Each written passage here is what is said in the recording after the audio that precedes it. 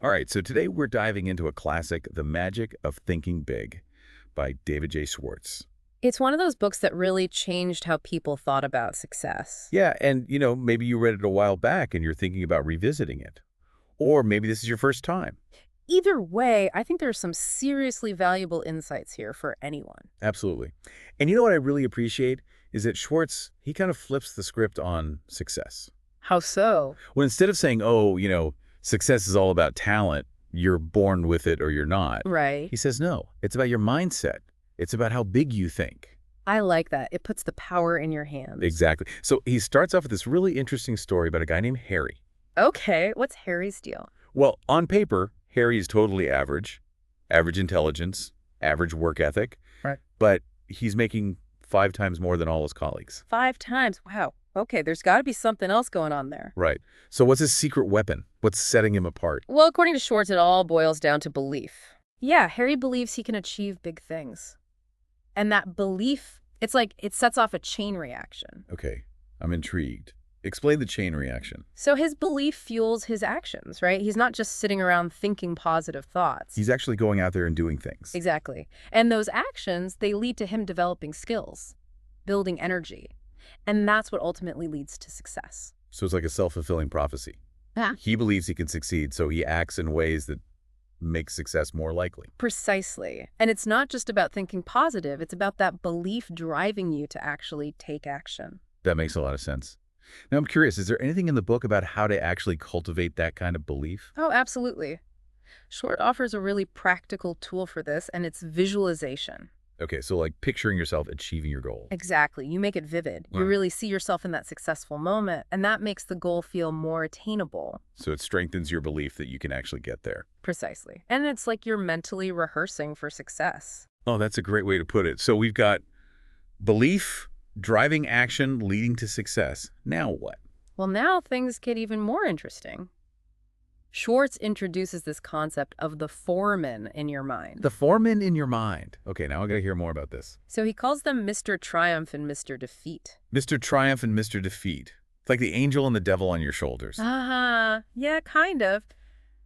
These foremen are the voices that are constantly shaping your thoughts. Okay, so how do they work? How do these foremen actually influence us? Think of them as your internal construction crew. They're constantly building things in your mind. Building what? Facts. They manufacture facts to support your dominant thoughts. Okay, so if I'm thinking positive thoughts, Mr. Triumph is building a case for why things are going to go well. Exactly. He's gathering evidence, finding reasons to be optimistic. But on the flip side, If I'm constantly feeding Mr. Defeat with anxieties and doubts, he's going to build you a whole case for why you can't succeed. it's like that saying, today's a lousy day. Yeah. You're basically giving Mr. Defeat the blueprint to create a lousy day for you. Exactly. Every little annoyance suddenly feels like a catastrophe because you've primed your mind to see the negative. So we've got to be the manager of our mental workforce. Right. We've got to make sure Mr. Triumph is in charge. Absolutely. And Schwartz gives some great advice on how to do that. Like what? Well, one thing is to focus on your strengths and your past successes. Remind yourself of what you're capable of. It's like giving Mr. Triumph a portfolio of your greatest hits. Exactly. And another key is setting big, exciting goals. When you've got a compelling vision, it's easier to drown out Mr. Defeat's negativity. So instead of dwelling on limitations, you're giving Mr. Triumph something awesome to work on. You got it. This is great stuff. But how do we actually apply this big thinking in different parts of our lives? Well, that's where things get really interesting. Schwartz dives into how to think bigger in our work, our finances, our relationships. Okay, so it's not just some abstract concept. Yeah. It's a philosophy that can be applied to every aspect of life. Right. And he uses some great real-world examples to illustrate how this works. Well, in the workplace, he encourages us to see potential, not just limitations. He tells this story about a real estate salesman. Okay, I'm listening. So the salesman, he sees this farm that's totally underutilized. Most people would just see what it is at that moment. A rundown farm. Right. But this guy, he sees what it could become. He creates this vision and boom. He increases the value of the property. Exactly. And that's the power of thinking big. It allows us to see opportunities that other people miss. It's not just wishful thinking. It's about training your mind to see possibilities where others see roadblocks. You got it. Now, what about finances? You mentioned that earlier. Right. Well, when it comes to money, Schwartz really emphasizes the importance of shifting from a scarcity mindset to an abundance mindset. Okay. I think I get the gist, but break that down for me. It's about believing that there's enough for everyone and that there are always opportunities for financial growth. So instead of focusing on what you lack, you focus on the potential for abundance. Precisely. Yeah. He tells this great story about a department store executive who realized What did he realize? that the true value of each customer was far greater than just a single purchase.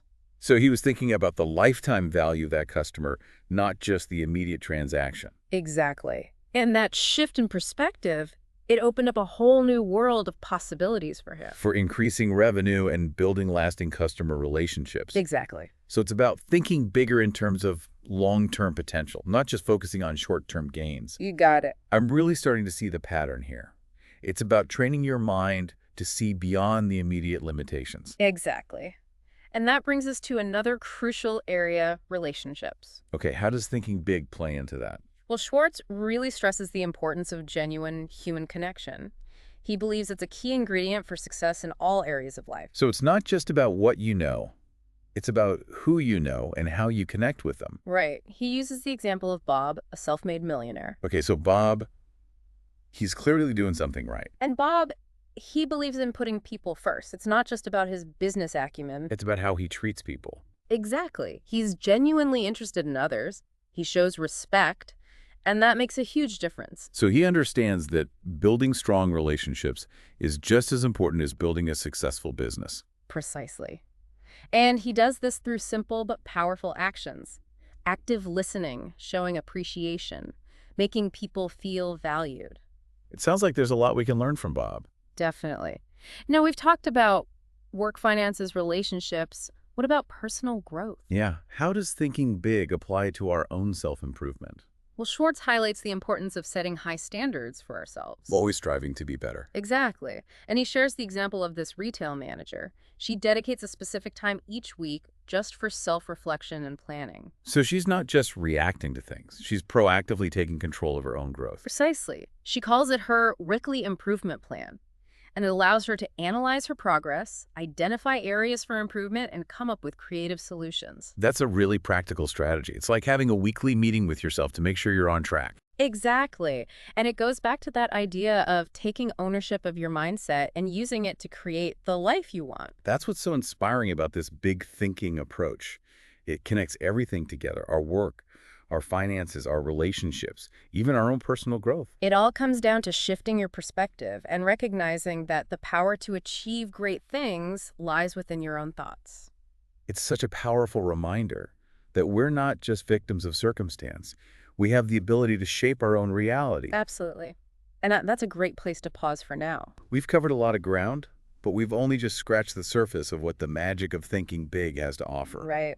We've still got a lot more to explore. When we come back, we'll delve deeper into some of the practical strategies that Schwartz outlines for actually putting this philosophy into action. Oh, I can't wait. Stay tuned, folks. We'll be right back after a short break. Welcome back. You know, when we left off, we were talking about all these different areas of life and how thinking big can make a difference, but how do we actually make that shift happen? Right? It's one thing to say think big, but how do you actually do it? Well, that's where Schwartz really shines. He doesn't just leave us with these inspiring ideas. He gives us concrete steps. Okay, so what's step one? Well, one of the first things he talks about is tackling those negators in our lives. Negators? Yeah, you know, those people who are constantly doubting, criticizing, trying to clip our wings. Oh yeah, everyone knows a few of those. They can really bring you down. Exactly. They're energy vampires. They drain our enthusiasm and make us question our own potential. So what do we do about them? Schwartz's advice is pretty straightforward. Minimize their influence. So spend less time with them, if possible. Exactly. Surround yourself with people who lift you up, who believe in you. Because it's hard to think big when you're constantly being told you can't. Precisely.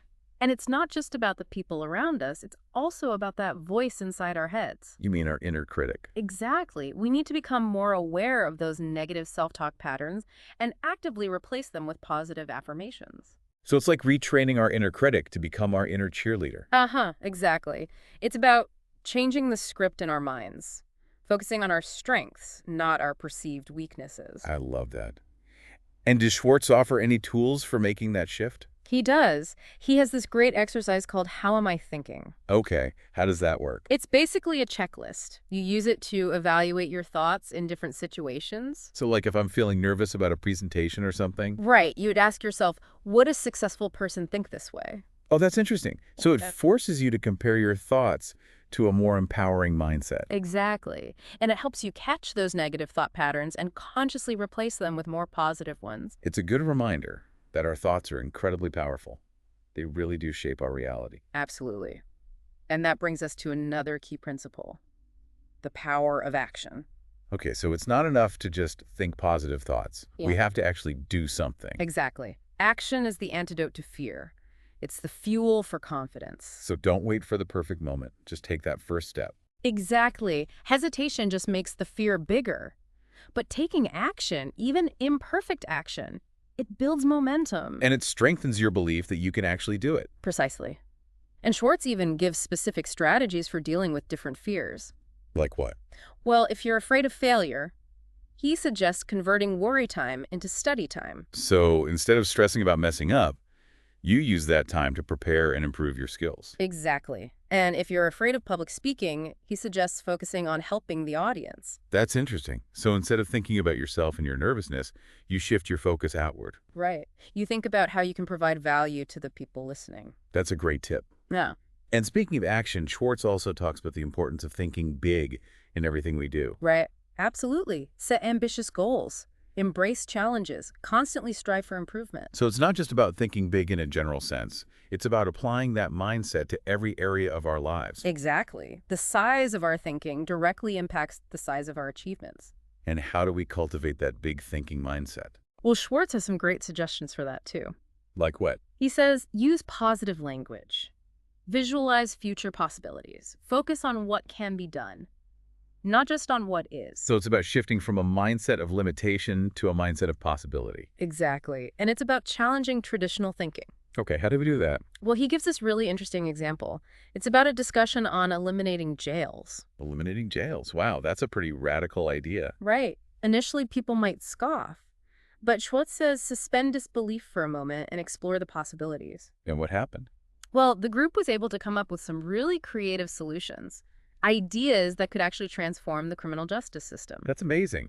Right. So by breaking free from conventional thinking, they were able to tap into a whole new realm of possibilities. Exactly. And that's what thinking big is all about. It's about challenging assumptions, seeking out fresh perspectives, and being open to innovative solutions. You got it. And that's what thinking big is all about. It's about breaking free from those constraints and recognizing that we're all capable of so much more than we often believe. That's a powerful message. It's about recognizing that the limitations we perceive are often self-imposed. Exactly. He encourages us to never underestimate our own intelligence, to believe in our ability to learn and grow, and to remind ourselves regularly that we are better than we think we are. That's a great point. We often become our own worst critics, focusing on our weaknesses instead of recognizing our strengths and celebrating our accomplishments. Absolutely. He also emphasizes the importance of taking care of our physical well-being, recognizing that our physical health directly impacts our mental and emotional state. So it's not just about mental fitness. It's about taking a holistic approach to our well-being. Exactly. He calls it overcoming health excusitis. Health excusitis. Yeah, that tendency to use real or imagined health issues as an excuse for inaction. Oh, I know people like that. Always a reason why they can't do something. Right. And he challenges us to be proactive. Seek professional advice when needed. Manage our emotions effectively. And focus on living a full and vibrant life. So it's about taking ownership of our health. Yeah. And recognizing that our physical well-being is foundational to everything else. Exactly. And it's not just about our physical health. He also talks about the importance of nurturing our minds and our intellect. Makes sense. Yeah. Our minds are our most powerful tools. Right. Precisely. Yeah. He stresses the importance of cultivating a positive attitude toward our intelligence, reminding us that it's not the amount of intelligence we possess that matters, but how effectively we use it. It's not about being the smartest person in the room. It's about leveraging our unique strengths Yeah. and constantly seeking to learn and grow. Exactly. And that's where a growth mindset comes in. Oh, yeah. The idea that our intelligence isn't fixed. It can be developed. Precisely. He encourages us to embrace that growth mindset, recognizing that our intelligence is not fixed, but can be developed and expanded through learning and effort. It's about recognizing that we are all works in progress and that there's always more to learn and discover. Absolutely. And that brings us to another key principle, the importance of projecting confidence. Okay, so we've talked about feeling confident on the inside, but now we're talking about how that confidence manifests outwardly. Right. It's not just about feeling confident, it's about expressing that confidence in how we present ourselves to the world. So it's about our demeanor, how we carry ourselves. Exactly. He encourages us to make everything about you say, I'm confident, really confident. I like that. And does he give any specific tips for how to do that? Oh, absolutely. He talks about things like dressing well, sitting in the front row, making eye contact, walking with purpose, speaking up, smiling big. So it's about those little things that can actually make a big difference. Exactly. And he emphasizes that these seemingly small actions can have a profound impact on our self-image and how others perceive us.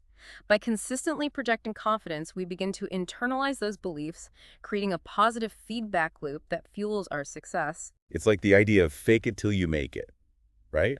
Kind of, but it's more than just faking it. It's about consciously choosing to act in ways that align with the confident person you want to become. And over time, those actions start to shape your thoughts and feelings. Exactly. You start to believe it because you're living it. That's powerful stuff.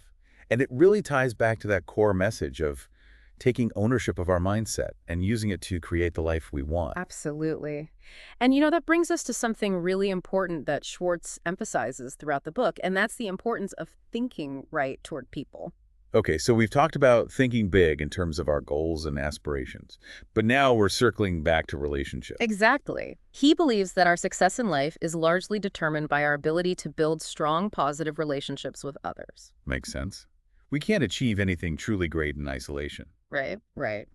He encourages us to adopt an attitude of genuine care and respect for all people, recognizing that every individual has value and something to offer. So it's about approaching our interactions with others with an open heart and a genuine desire to connect. Precisely. He reminds us that the key to winning the support of others is to make them feel important and appreciated. It's about recognizing that everyone wants to feel valued and appreciated, and that we can make a big difference in the lives of others by simply expressing our gratitude and showing them that we care. Exactly. And he provides practical strategies for putting this principle into practice. Like what? Well, he talks about things like learning and using people's names, showing genuine interest in their lives, expressing sincere appreciation for their efforts. It sounds so simple, but I bet it makes a huge difference. It really does. He also emphasizes the importance of avoiding gossip and negative talk. So it's about creating a positive and supportive environment. Exactly. And what's really cool? He shares all these inspiring stories of people who have achieved remarkable success by embracing this people-first philosophy. Oh, I'd love to hear one. Well, he tells this story about Bob, a self-made millionaire who attributes his success to his genuine care for people and his commitment to building strong, positive relationships. So it's not just about being nice. It's about genuinely caring about others and wanting to see them succeed. Exactly. And, it's not just about business success either. He also shares the story of a manager who was able to turn around a troubled employee simply by showing compassion, understanding, and a willingness to help. That's amazing. So it's about recognizing the power of human connection and how it can transform lives. Absolutely. And that brings us to another crucial aspect of building strong relationships, and that's being a good listener. Okay, so it's not just about talking. It's about really hearing what others have to say. Exactly. He encourages us to be a good listener, let the other fellow blow his stack, and ask questions and get desired answers. So it's about creating a safe space for open and honest communication where people feel comfortable sharing their thoughts and feelings. Precisely. He reminds us that people are more likely to support us and our ideas if they feel heard and understood. That makes a lot of sense. And something else that makes people feel heard and understood? That's that. Enthusiasm. Oh, absolutely. Schwartz talks about how important it is to cultivate an attitude of enthusiasm in our interactions with others. It's about bringing that positive energy to every conversation. Exactly. He believes that enthusiasm is contagious and that it has the power to inspire and motivate both ourselves and the people around us. So it's not just about what we say, it's about how we say it. Right. And he gives us some great tips for how to cultivate that enthusiasm. Like what? Well, he says, dig into it deeper. So learn more about the things that you're not naturally enthusiastic about. So if you're not excited about a particular project, for example. Right. Do some research. Learn more about it. And you might find that your enthusiasm starts to grow. I can see how that would work. And what else? Well, he also says to lift it up by bringing energy and passion to everything we do, and to broadcast good news by focusing on the positive and sharing uplifting stories. It's about choosing to focus on the good and to spread that positivity to others. Exactly. And you know what else is really important? What's that? Making other people feel important. I think that's something we all crave. Absolutely. And it doesn't require grand gestures or expensive gifts.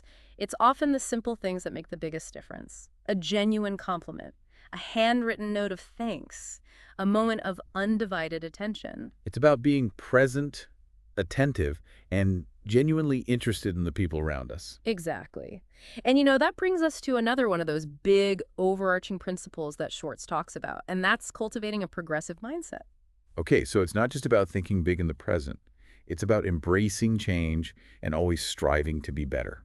Precisely. He believes that a commitment to progress is essential for achieving lasting success in all areas of life. It's about recognizing that the world is constantly changing and that we need to adapt and evolve if we want to thrive. Exactly. And he encourages us to do that by thinking progress, believing in progress, and pushing for progress. So it's about making progress a conscious priority and actively seeking out ways to improve. You got it. And he reminds us that progress isn't always easy or comfortable. It often requires us to step outside of our comfort zones and to embrace new challenges. But it's in those moments of challenge that we often experience the most growth. Absolutely. And speaking of growth, Schwartz also highlights the importance of something that I think is often overlooked in our fast-paced world: What's that? taking time for solitude. Solitude. You mean like being alone with our thoughts? Exactly. Yeah. He believes that solitude is essential for creative thinking, problem-solving, and personal growth. It's about carving out that space for quiet contemplation amidst all the noise and distractions of daily life. Precisely. He challenges us to resist that constant urge to be connected and to instead create opportunities for quiet reflection and deep thinking. It's about giving our minds the space they need to wander, to process, to come up with new ideas. And what's interesting? He shares his own experience of conducting a managed solitude experiment with a group of trainees. What was that? Well, he had them dedicate just 1 hour each day to quiet contemplation, and they reported significant benefits. Like what? They were able to solve problems more effectively, generate new ideas, and gain valuable insights that helped them in both their personal and professional lives. That's amazing.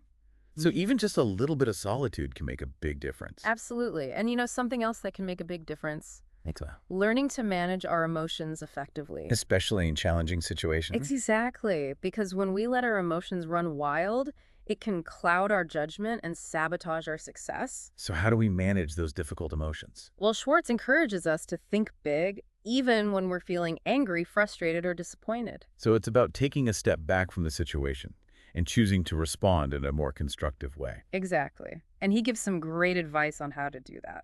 Like what? Well, he says, think big enough to pardon people, recognizing that holding on to resentment and anger only hurts us in the long run. It's about letting go of those grudges and choosing to forgive. Exactly. He also says to think big enough to prevent a blow-up. Meaning what? When you feel that anger rising up, take a deep breath, step back from the situation, and ask yourself, is this really worth getting upset about? Sometimes it's better to just let things go. Exactly. And he encourages us to apply the same big thinking approach to our careers.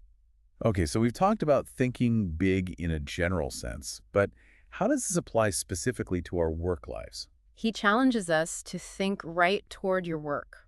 What does that mean? It means viewing our work not just as a means to an end, but as an opportunity to make a meaningful contribution to the world. So it's about finding work that aligns with our values and that allows us to use our skills and talents to make a positive impact. Exactly. And it's about bringing that big thinking mindset to every task we undertake, no matter how small or seemingly insignificant. Because even small actions can have a ripple effect. Precisely. He reminds us that every job, no matter how seemingly insignificant, has the potential to make a difference, and that we should strive to do our best in everything we do. It's about taking pride in our work and recognizing that even small contributions can add up to something significant over time. Exactly. And he encourages us to go a step further and to adopt a service-first attitude. Okay, so it's not just about doing our jobs well. It's about how we can use our work to serve others. Exactly. He reminds us that a genuine desire to serve others creates a positive ripple effect that extends far beyond our immediate circle, and that true success is often measured by the impact we have on the lives of others. That's a powerful reminder that true success is not just about personal gain. It's about making a positive difference in the world. Absolutely. And that brings us back to that core message that we've been talking about throughout this deep dive. The power of our thoughts. Exactly. Schwartz reminds us that the power to achieve our dreams lies within our own minds. We have the power to create the life we want, not by waiting for opportunities to come to us, but by actively shaping our own destiny. Precisely. And that's what makes the magic of thinking big so inspiring. It's not just about positive thinking, it's about a fundamental shift in perspective, a commitment to seeing the world through the lens of possibility and believing in our own capacity to achieve great things. It's been such a fascinating exploration of Schwartz's work, and I think we've uncovered some truly valuable insights. Absolutely. It's a book that I think everyone can benefit from reading. I agree. And you know what I'm curious about? What's that? What stands out to you as the most powerful takeaway from the magic of thinking big? That's a great question. For me, it's the reminder that our thoughts are incredibly powerful. They really do shape our reality, they influence our actions, and ultimately they determine whether we succeed or fail. I love that. It's about recognizing that we have more control over our lives than we often realize. Exactly. And that by consciously choosing to think bigger, to believe in ourselves, and to take action, we can create a life that is far more fulfilling and meaningful than we ever thought possible. That's such an inspiring message. And it's a perfect note to end on. Well, this has been an incredible deep dive into the magic of thinking big by DavidJSchwartz. We've covered a lot of ground, but I hope you've gained some valuable insights that you can apply to your own life. I hope so too. Remember, the magic starts with believing. So what big, audacious goal will you set for yourself today? If you truly believe that anything was possible, what would you dare to dream? I can't wait to hear what our listeners come up with. Until next time, keep those minds curious and those goals ambitious.